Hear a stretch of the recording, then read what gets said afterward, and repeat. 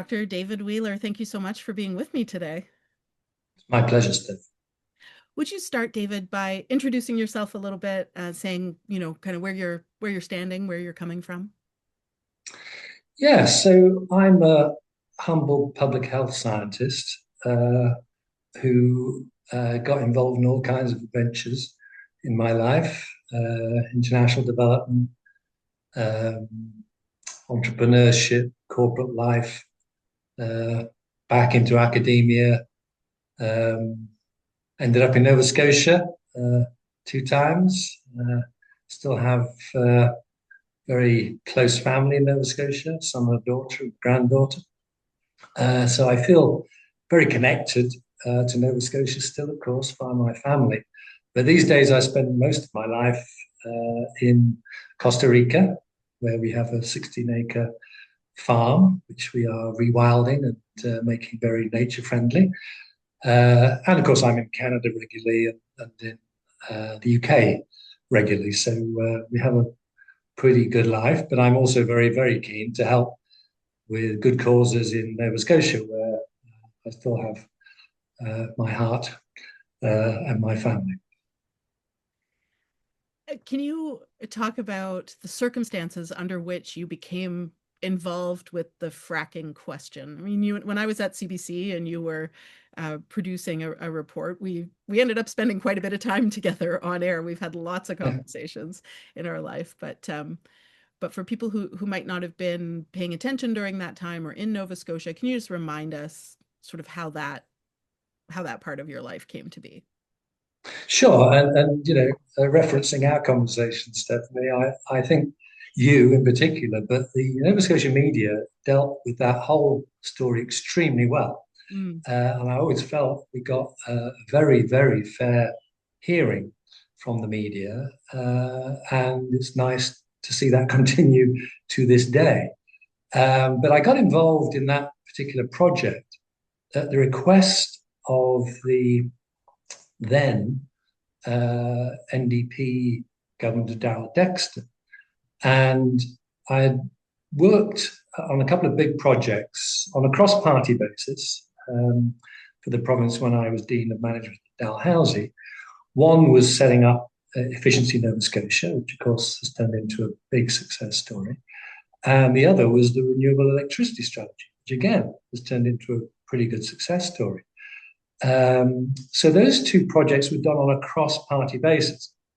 In one case, it was commissioned by the Rodney MacDonald Conservative government and passed on to the NDP government, Darrell Dexter.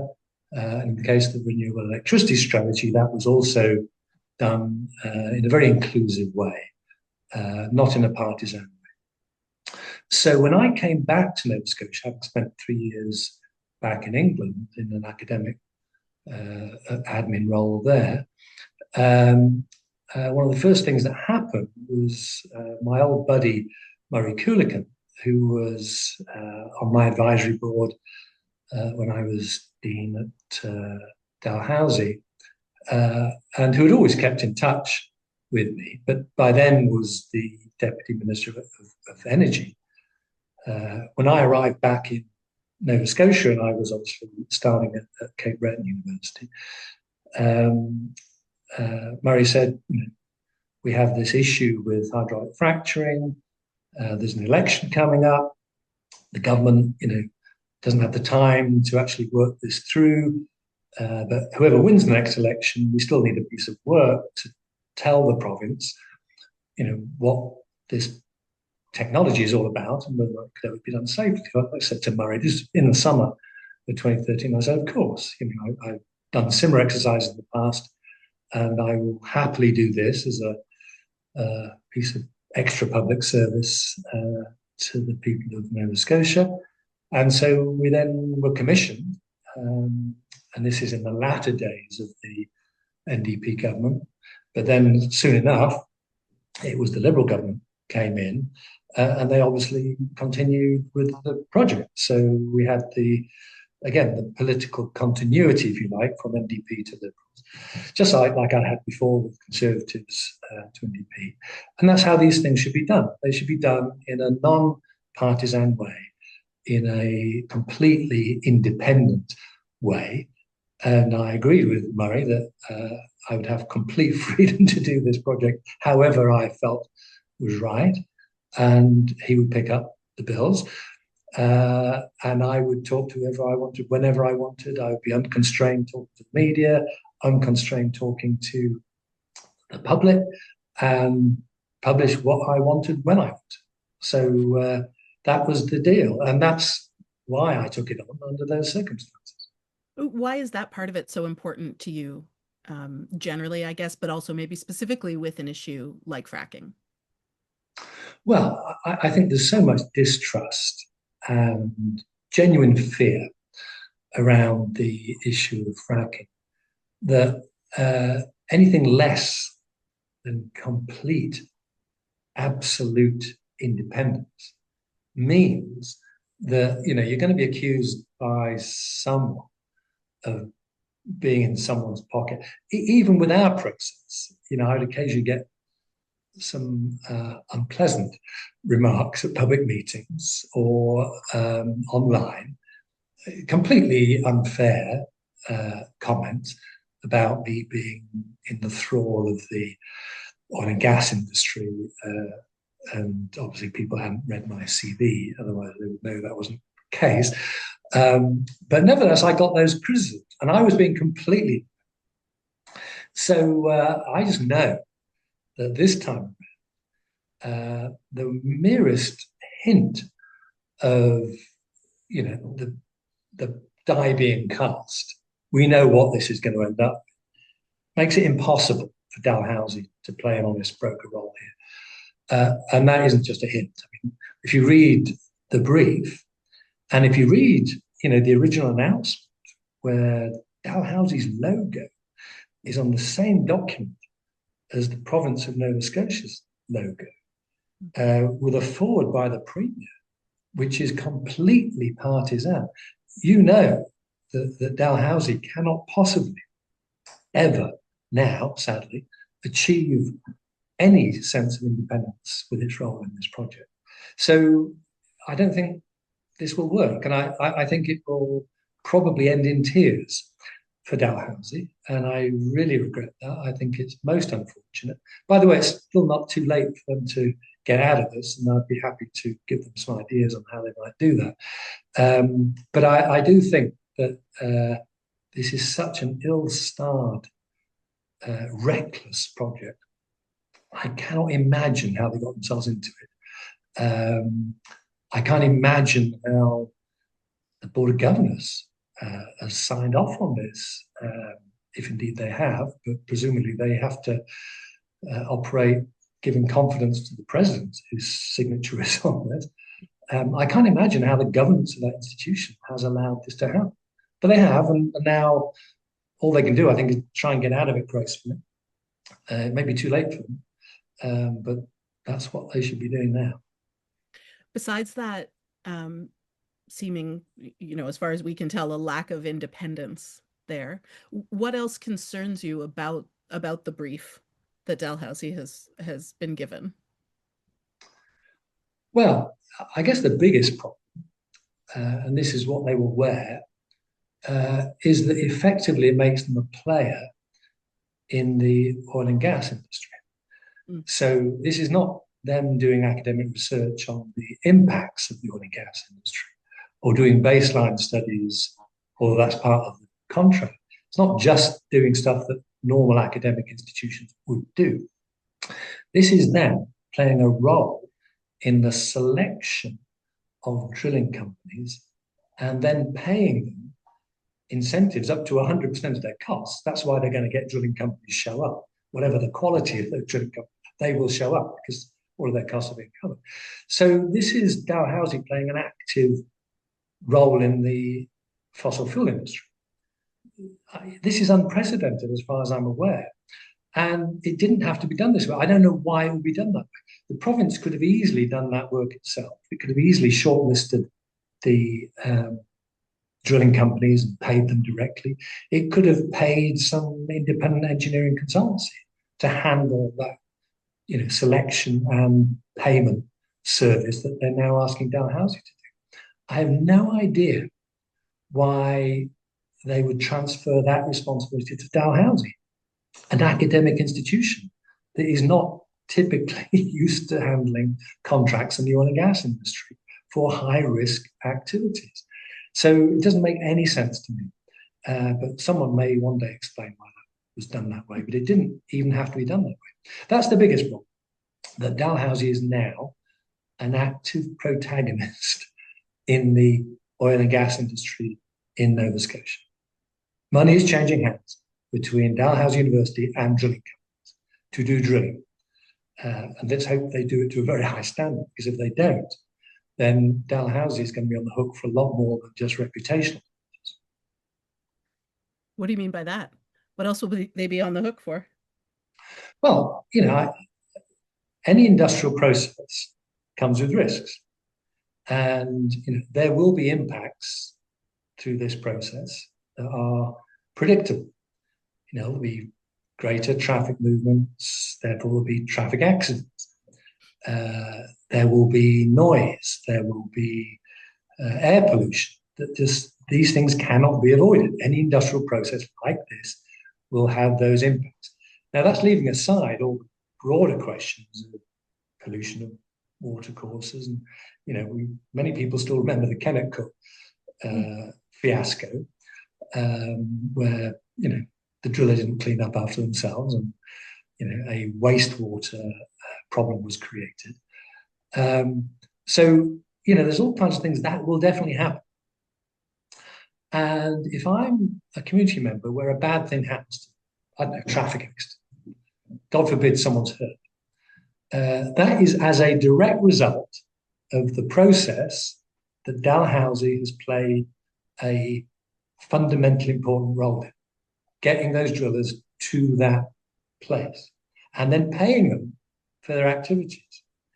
So I would not say it's beyond the realms of possibility that if a bad thing happens to a group or a person because of this activity, that Dalhousie would be just as liable as the driller that they are paying. Now, hopefully they've got good insurance, or maybe the province is indemnified for those things. I hope that conversation has happened, because otherwise it is not just a reputational risk. I think that's a given. It's a reputational disaster for Dalhousie. But I think there's actually potentially financial liabilities here. Even if the drilling is done perfectly, even if there's no seepage, no accidents, which is, again, something you would have to keep your fingers crossed on. Even if those things don't happen, no groundwater contamination, etc., there will still be accidents above the surface. There will still be traffic.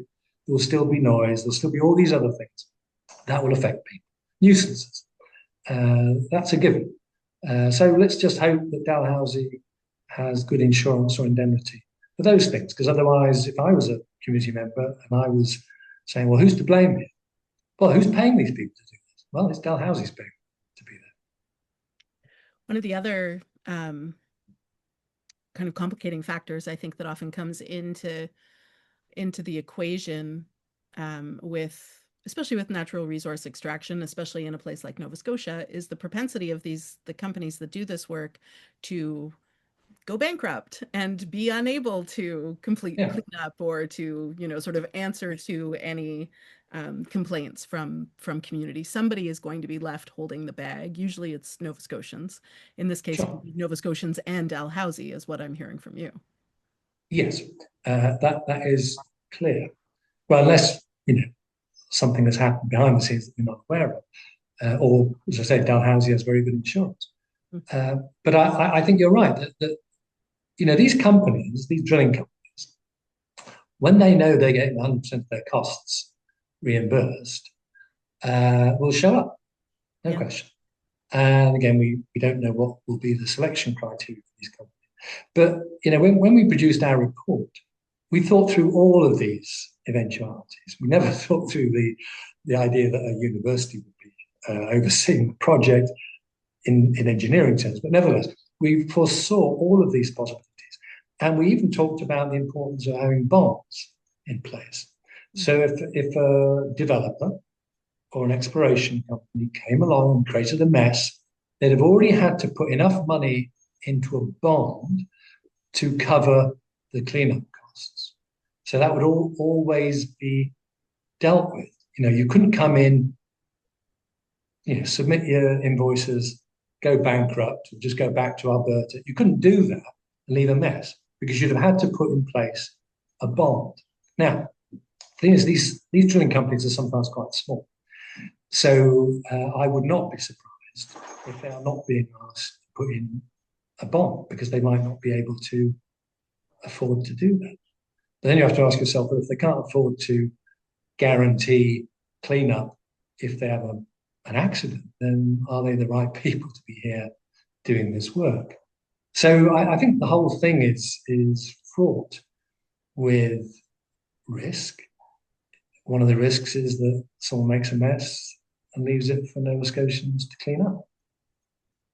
And there is history on that. And that's why in our exercise back in 2013-14, one of the main factors was the absence of trust in government, because these things had happened so many times.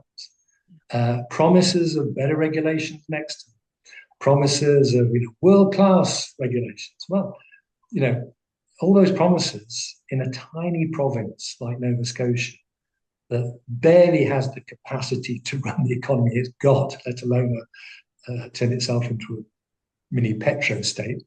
Those things Nova Scotians don't trust, but they're kind of right not to trust them because history tells us that that's what happens. When you leave private sector operators not sufficiently regulated, not sufficiently bonded or insured, not sufficiently overseen, they can come in, create a mess, and go away again. They either don't exist because they got bankrupt, or you can't chase them where they've gone to. So I think it's a real challenge for Nova Scotia to develop the competence really, to oversee these kinds of activities. And what I'm seeing with this highly incompetent approach that's now been followed with the Dalhousie involvement, I think it's just more the same. The Nova Scotians will see that. This is a shortcut, a cheap shortcut to try and get an answer that says we've either got trillions of feet of cubic feet of gas or we don't. But it's being done in a very, very fly-by-night kind of way. Yeah, and contrast that with the work that you did back in 2013. Can you talk a little bit about the scope of that? What kinds of people and organizations did you talk to?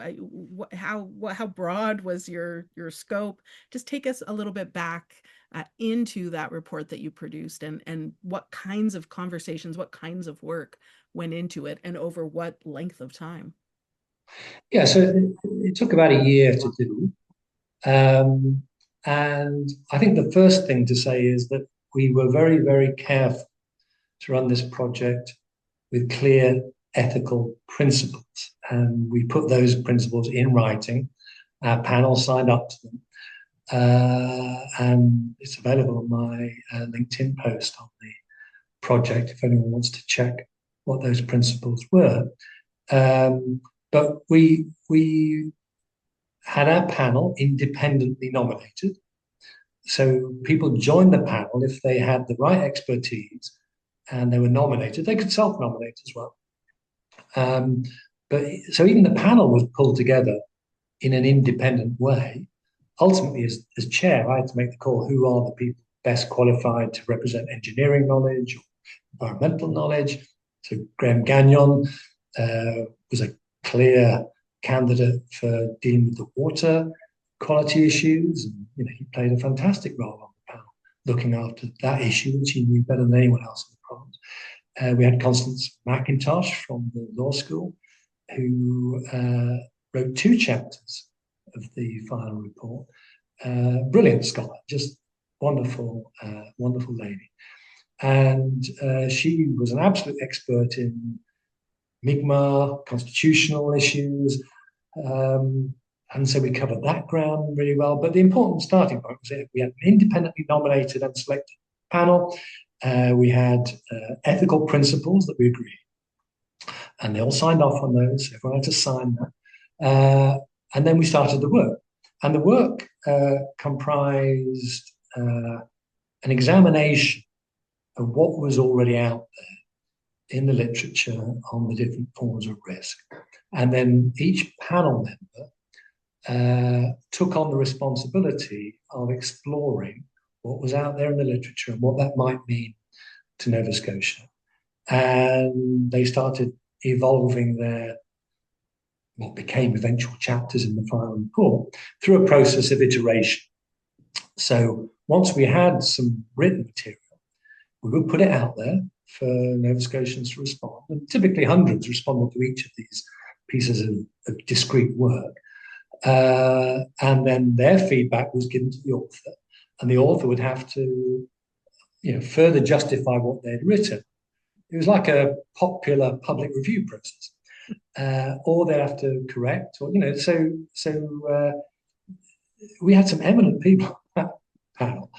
Another was Frank Atherton, who was he was deputy head of community health or public health in the province.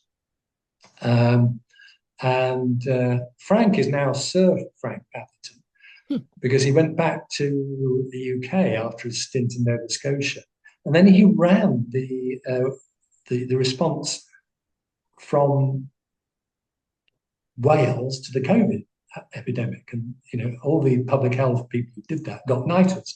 So pretty eminent guy, but it was great having him in Nova Scotia for a few years. So again, Frank produced his public health piece. Again, that was popularly peer reviewed by Nova Scotians, and as a good scientist and a good Democrat, Frank took all that and then amended his writing. And so each of these experts, so many eminent experts, produced work that stood the test of Nova Scotians' critique. And then what we would do, once we released these, eventually they would go into a public meeting. And we also had different scenarios, which had to be worked up with our independent economist that we employed.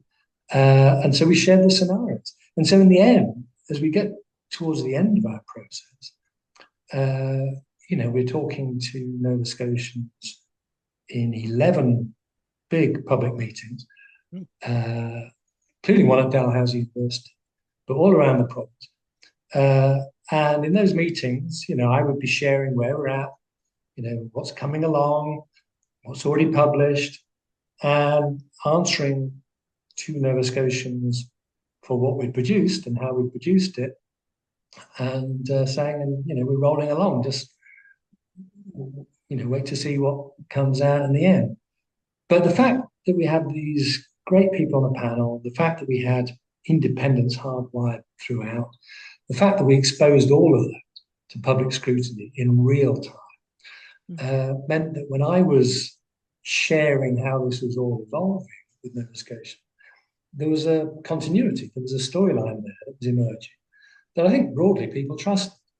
And, apart from a very few people who saw conspiracy in my role, the vast majority of people believed me when I said that this process had integrity and that we would do the right thing based on the brief we've been given by the previous government and continued by the new government.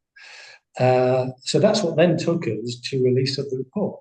But by the time that report was released, again, the panel had debated the risks, the relative benefits, the relative disbenefits, and come to a number of very, very clear conclusions. But we never said fracking could never happen. Right. We always said that there would be conditions if it ever was to happen. So we played a very straight scientific and social scientific role, I think, because you don't know what's going to happen in the future. You don't know what new innovations might occur. Um, the major thing that has happened, of course, since 2014 is the climate crisis has become a lot more pressing. And so you would say that if we did our risk matrix again today, where we look at, what are the different things that could happen and how dramatic might those be, and then what's the likelihood of those things happening. You put those into a matrix and you say, okay, these are things you really want to worry about. These are the things you might be able to manage through. That matrix was very, very heartily debated by our panel. I mean, we spent hours and hours and hours on that. But we came to a consensus, right? So again, if anyone wants to know what's at the heart of our report, they just got to look up that matrix. It tells you all the hazards, from the literature, all the hazards that might be relevant, and what would be their severity and what would be their likelihood of happening. So that again was a very clear piece of work done independently, which I think we'd all stand behind today. And if anyone wanted to update the work, that's where they'd start. They'd start with that risk metric. Some things might have got worse, some things might have got slightly better. Proponents of fracking say, oh, we're more water efficient now. Okay, well, let's look at the evidence. But then even when you look at all that evidence, you then have to say, okay, well, does that apply in Nova Scotia? Right. And the answer is, we do not know. We simply do not know. So what we produced was a matrix that should be relevant to Nova Scotia based on experience around the world. But until you actually do the studies in the target areas in Nova Scotia, you don't know if that matrix is going to be exactly like that, or it's going to be worse than that, or it's going to be better. You just don't know. So anyway, so that's really how the process unfolded. And that's why, to this day, I feel very strongly that the process should be defended. The conclusions should be defended, including by those that were on the panel, by the way. And I think we should stand behind the recommendations, which are as relevant today as they were back in 2014. As I've said to people, today, my personal view, I don't think this will ever happen in Nova Scotia. And I think a large part of that is the climate issue. But then you take into account the precautionary principle, you take into account the Mi'kmaq equivalent of the precautionary principle. I don't think it's ever going to happen. However, if you wanted to do it, if you had communities that thought, we're all going to get money in our pockets here, the province is going to pay us to have this go on in our community. If you had communities that were open to that, and if all the risks have been worked through, you could, in theory, go ahead. But I think the chances of that happening now are, well, they're close to zero, unless it is imposed against the wishes of people and accepting risks that haven't been worked through.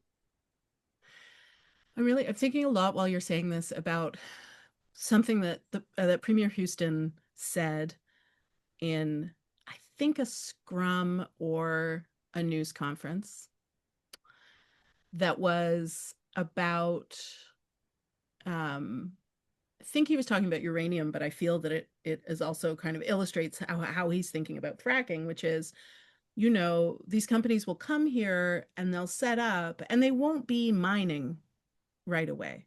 They might not mine or frack for 10 years, but they'll set up their office, they'll do their kind of, their foundational work, and that will create some jobs in communities, and they're good jobs. They're much higher paid than say someone like me, who is the co-executive director of a literary festival. I don't make as much as a mining exec or a fracking exec. I don't know if most of those jobs would go to Nova Scotians, but we could leave that piece aside. So he is talking about a kind of betting on futures in a way, right? Maybe they'll come and maybe they won't even disturb the this earth. They won't even disturb the land here, but they'll set up their office and there will be some economic activity that is connected with that. Like, is that, does that resonate for you? Is that part of what's happening here? Like, the phrase in my mind is it's a shell game, but I'm very cynical, so that's almost always the phrase in my mind. Well, I know the oil and gas industry and the mining industry quite well. Mm. I have done consulting many years ago. I've done consulting with these industries and with big players, BP, Shell, and so on.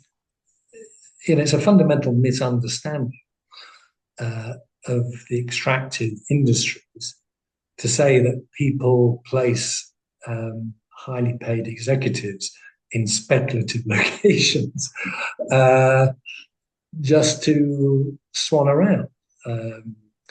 Maybe there's some kind of incentive program that allows people to live in Nova Scotia, play with ideas. But if there is, I've never heard of it or seen it. It's not how mining companies or oil and gas companies work. They are driven by something called return on capital. And they are driven by short-term investor demands. So if you're an oil company or you're a mining company, you expect to make serious returns on the capital that you employ. And it's typically in the oil and gas industry, for example, 15, 20, 25%. So you put in a few hundred million, put in a few billion, and you expect to get your return at a quite high percentage, much higher than nearly all other sectors. It's a high risk, high return industry. Right. All extractive industries like that. So to finance that, you've got to know there's serious revenues around the corner. So if you look at the deal that's been done or suggested could be done with these drilling companies, if you read the original announcement, which I think has changed a little, I'll maybe come back to that, and you look at the contract, it's very clear that a drilling company can be paid both to explore, so to do experimental wells, and or develop, or both. So the conversation that would be going on between Dalhousie and these drilling companies would have to include the possibility of them making money in the short term, because that's how these companies work. They go and borrow money. They typically don't have, deep balance sheets if they're smaller operators, junior operators. They're not like Shell or BP, which have, they can spend 100 million on something in a heartbeat. These people will go and raise money, either private equity, stock markets, and they will do that on the basis that you will get your money back. Not only will you get your money back, but you'll get it to return on investment that is very serious. So this is how that industry works. All extractive industries work that way.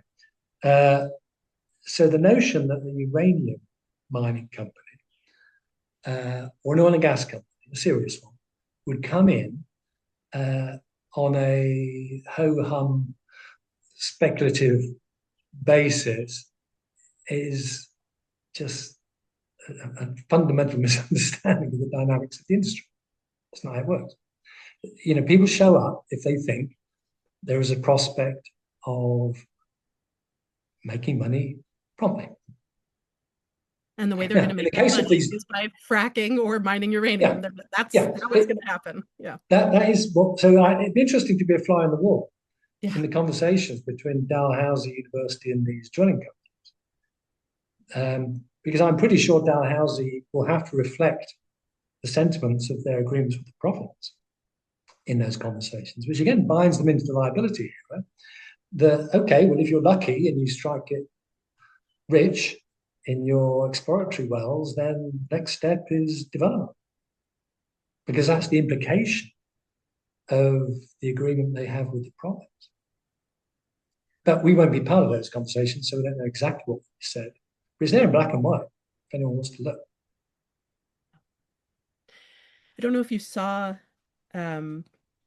what Andrew Younger posted. So Andrew Younger was a former city councillor and then was an MLA in, I guess it would have been that Liberal government that succeeded Yeah, the NDP government. Um, I interviewed Andrew a bunch back in the day as well yeah, about this issue, and he really generously took the time to kind of come forward and say, like, I think he's getting a lot of requests for interviews, and I don't think he wants to sure. do them. But he wanted a chance to. It seems like he wanted a chance to say some things about what he knows about this landscape. And there are a few things in what he wrote, and that's easily found on Facebook, and I'll link to it along with Okay, some other links in our show notes, including to your original report, David, and also to your post on LinkedIn.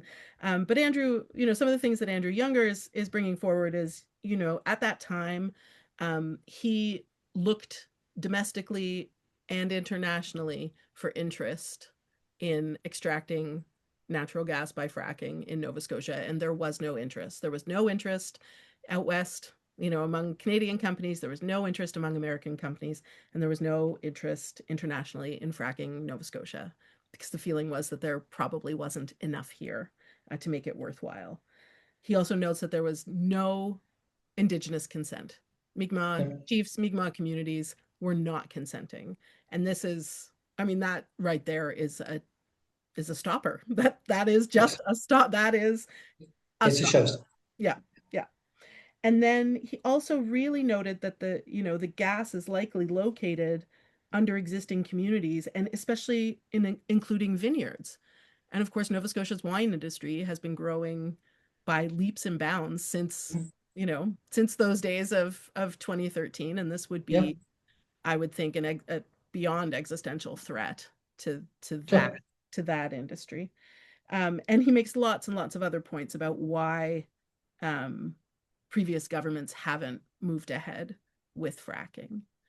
And so I just would love to hear your reflections on those things. What would you add, if anything, or what else do you want to say about Andrew's take?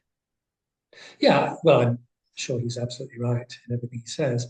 Um, what I would say is this opens up a broader conversation, which is what kind of economy do we want in Nova Scotia? Because go back to the Ivney report and many reports before that. This has been an existential discussion in Nova Scotia for a very long time. Uh, I've got lots of views about how you build a more vibrant economy in Nova Scotia, uh, more vibrant service economy, more vibrant value add agricultural, winery, etc. economy, more vibrant craft economy, a more vibrant arts economy, a more vibrant economy around um, forests. There's all kinds of value add forest products we could be producing in Nova Scotia. So, on another occasion, maybe we can talk about alternative pathways forwards. But whether you look at tourism or you look at the wineries, absolutely right. These are not things that will flourish if Nova Scotia is setting itself up as a micro petro state.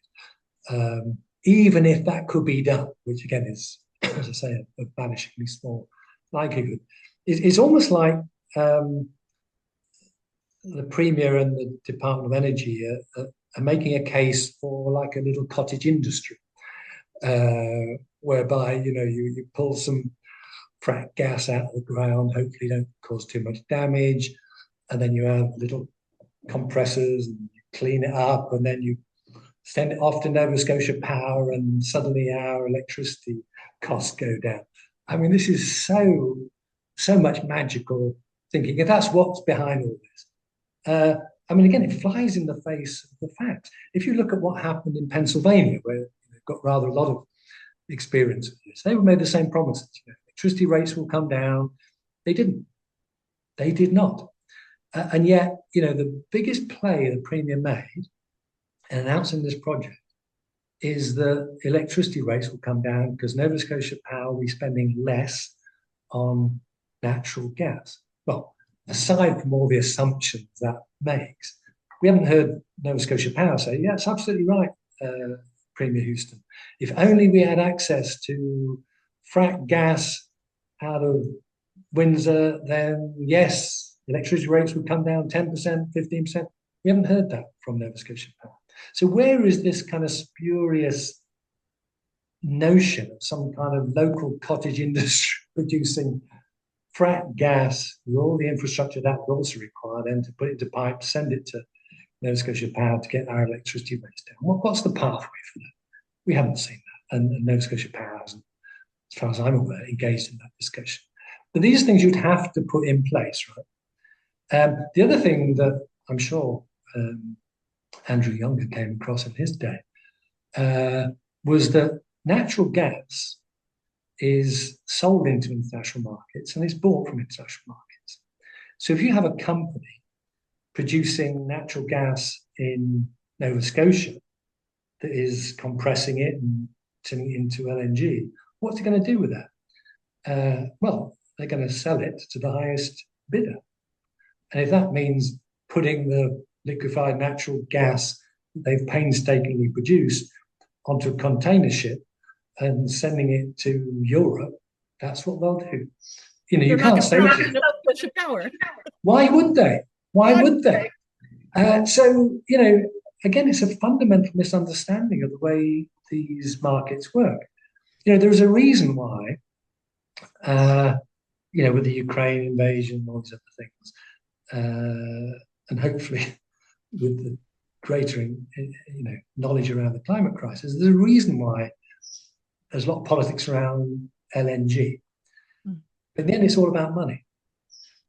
You sell your painstakingly liquefied natural gas to the highest bidder.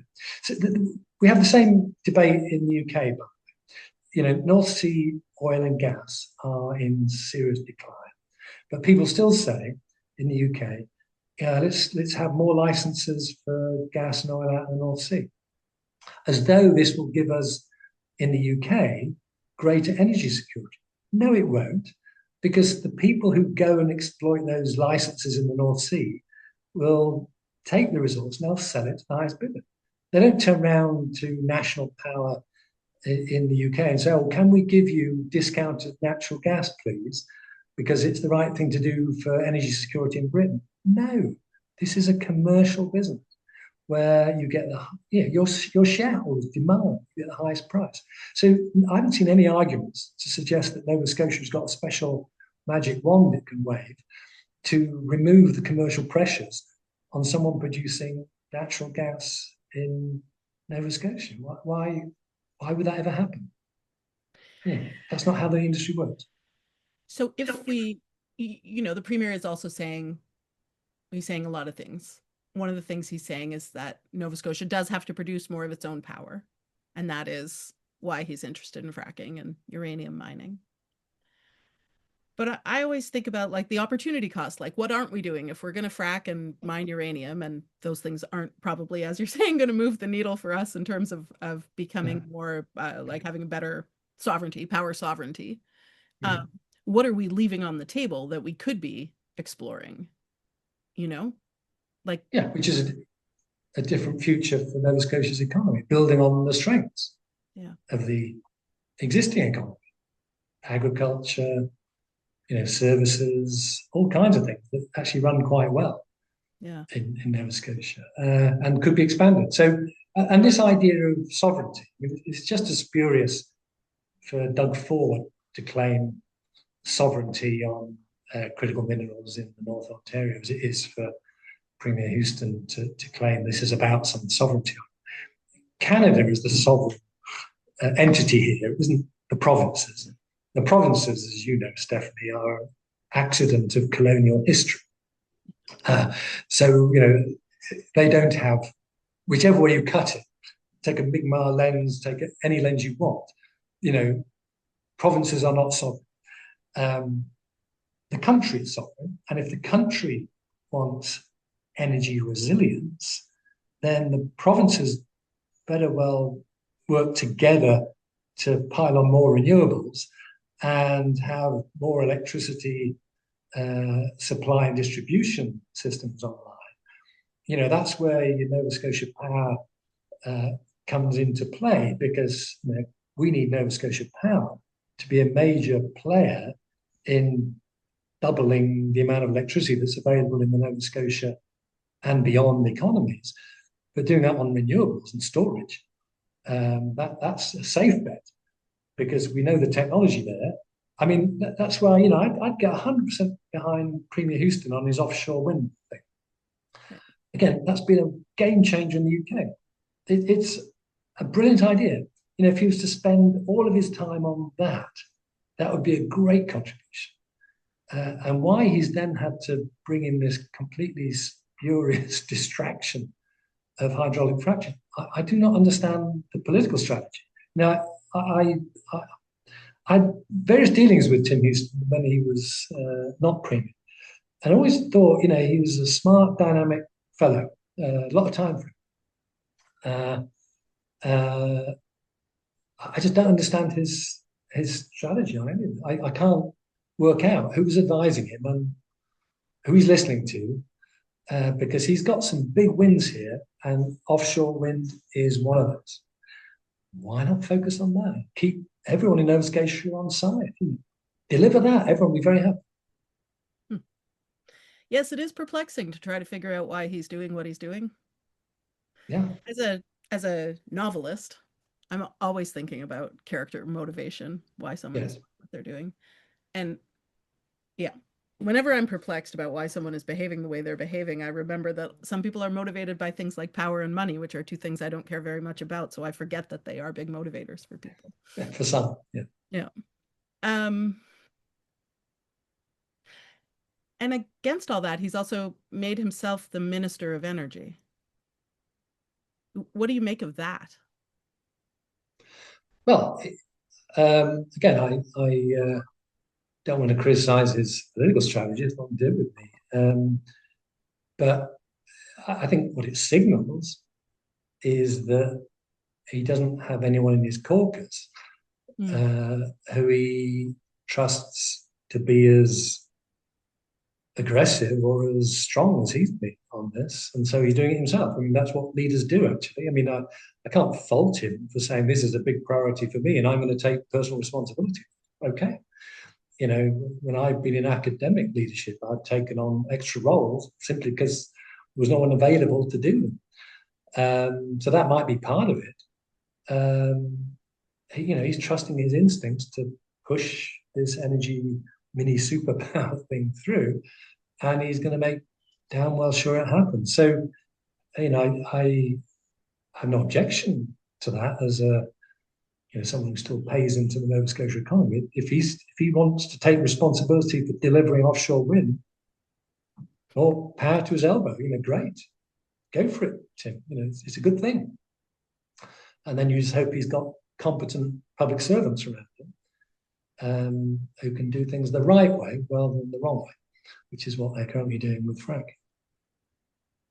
As you know, your name has been on the Premier's lips. He's critical, I think, of you speaking up about this issue because you don't live here anymore. Yeah. What's your response to all of that? What do you make of that? Well, like the Premier who lived in Bermuda for a few years, I'm currently spending time in Costa Rica as well as visits with Canada and the UK. But I believe I have a serious stake in Nova Scotia because I have a son and a daughter and a granddaughter. Hopefully my granddaughter will go to Dalhousie or one of the other universities there one day. I think it's peculiar that the Premier would give me the status that he did. I've heard the remarks he made. There was some gratuitous commentary on my record in the universities, which I'm more than happy to stand by. Everyone knows how hard I worked at Dalhousie and at Cape Breton University to do the best for those institutions. A lot of people were sad when I left those institutions, but that's another story. But raising that issue was weird. Uh, Raising the fact that I once stood for the NDP was weird. Private citizens are allowed to have private political views, and in my case, I was very happy to stand for the NDP, and that's what politics and public service are about. But again, the implication that therefore I'm on some kind of political trajectory with this one, where does that come from? What's his evidence? So anyway, I just think it's peculiar and unbefitting of a premier to criticise a private citizen on the basis of lack of knowledge. Arguably it's defamatory. I think it's very sad. But it also shows that he's not comfortable. Because, if he had the scientific and engineering and economic arguments, that's what he'd be dealing with me on, right? He'd be criticizing the comments I'm making rather than personalizing things. So it is a bit peculiar. I have to say, I don't know whether or not to be flattered or insulted. I think possibly both. I was going to say, can it be both? Yeah. So I do think it is revealing at one level.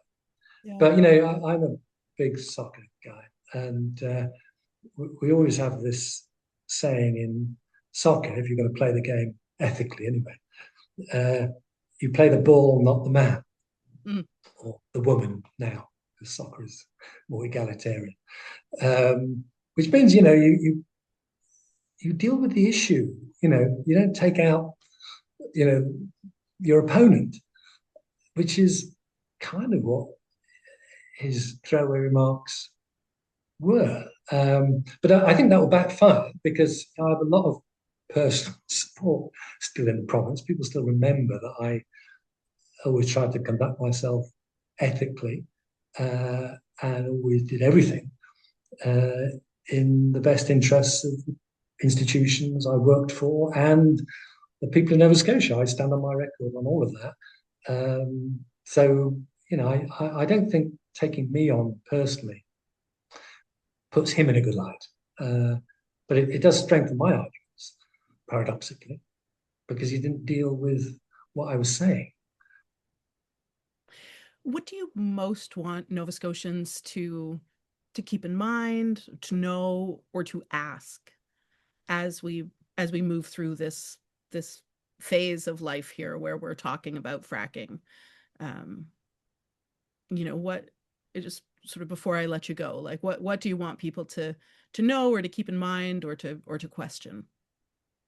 Well, I think there is a big topic that needs to be researched. And that is, how do you build an economy like Nova Scotia, given current realities, where energy security, energy resiliency, cost of living, all those things get factored in. I've got a lot of views about that. And on another occasion, we can discuss those. But I think that is the underlying challenge here. How do you build a modern, resilient economy in Nova Scotia with a vibrant art scene, a vibrant cultural scene, a vibrant agriculture, value-add agricultural industry, a vibrant value-add tourism sector, forestry, all of these different sectors have got to be valorized economically, which means you need more entrepreneurs, you need more innovators, you need to attract those people, with quality of life, but also you can set up a business here, as many people have done, by the way, in tourism and the wineries. They've come from Ontario, they've come from elsewhere, they built fantastic businesses. So that's how you build a real economy. It's one B&B at a time. It's one arts collective at a time. That's how you do it. But you create the conditions for that, and that becomes the provincial narrative, which it sort of is already, but just needs to be reinforced. And then there's the whole question of energy. So what do you want to model by way of energy security and resilience and lower costs? And there you throw everything in the mix. Renewables, where's that going? Electricity, where's that going? And I think that needs to be modeled again. We did a certain amount of that during the renewable electricity strategy work we did back in 2009, where we looked at all the different variables. And of course, that's what ended up with the maritime link, which has done all right. I know there's now issues with that, but at the time, that wasn't generally recognised. But, Nova Scotia has done pretty well economically and will do into the future around the renewable electricity thing. But you need to, we looked at all the different parameters then and said, okay, how do you get more renewables? I.e., how do you get coal down because coal's going out of fashion? That work also needs to be done. And I would say if you do that work properly and you have a properly electrified Nova Scotia, whatever that means for transit, you can save a bunch of money on the provincial transportation budget, by the way. But I think you can reimagine Nova Scotia's energy profile going forward 20, 30, 40 years, and you put that alongside the economic diversification story. People are doing this work, right? It's not like I'm the first person to say this, but that needs to be the narrative. That needs to be the political discussion, rather than how do we stop fracking it, which is a complete destruction. I really appreciate that holistic view, and especially highlighting that these are, aspects of the Nova Scotia economy and the Nova Scotian way of life that already exist. They are existent. And that's something I've also been trying to highlight through this series of conversations is this web that's healthy that we already have, this kind of tapestry that is the underlying everything, and the ways in which it's currently being threatened by that recent provincial budget that passed and by some of these changes to legislation that this government has made around uranium and around lifting that moratorium on fracking. So I really appreciate the way that you knitted that together for us. I think that's really important. It's for me, it's what I hope people listening to these or watching these conversations, that they're starting to get that sense of, the way that all of these parts of our life are connected to each other. And yeah, because communities in Nova Scotia are strong. They've had to be. Yeah. They've weathered a lot, particularly Mi'kmaq Yeah. Nation communities. I mean, that you take their history, going back hundreds of years, and they've had to be pretty damn resilient. And then you look at how Membertou's doing, you look at how many of those nations are doing, and it's pretty impressive. So you think about all Nova Scotia communities, Mi'kmaq and non-Mi'kmaq, and you say, well, there is inherent resilience there. Yeah. The smart people who are community-minded, who can build something, given the right context and the right encouragement. So I am enormously optimistic for Nova Scotia. Maybe I'll come home one day and play a fuller part in all that. But the reality is that the real strength of any province, any community, any organization is its people. And if you never lose sight of that fact, it's people working together to create a better future that will see us through these short-term political spasms and build something more fun and more resilient and better to be part of. And I'm absolutely sure that that's where Nova Scotia will get to at some point, hopefully sooner rather than later. David, thank you so much for this conversation. I so appreciated getting to spend some time with you again. I always enjoyed our chats back in the day, and I'm really glad to have had access to what you're thinking about this and everything. So thank you so much. You're most welcome, Steph.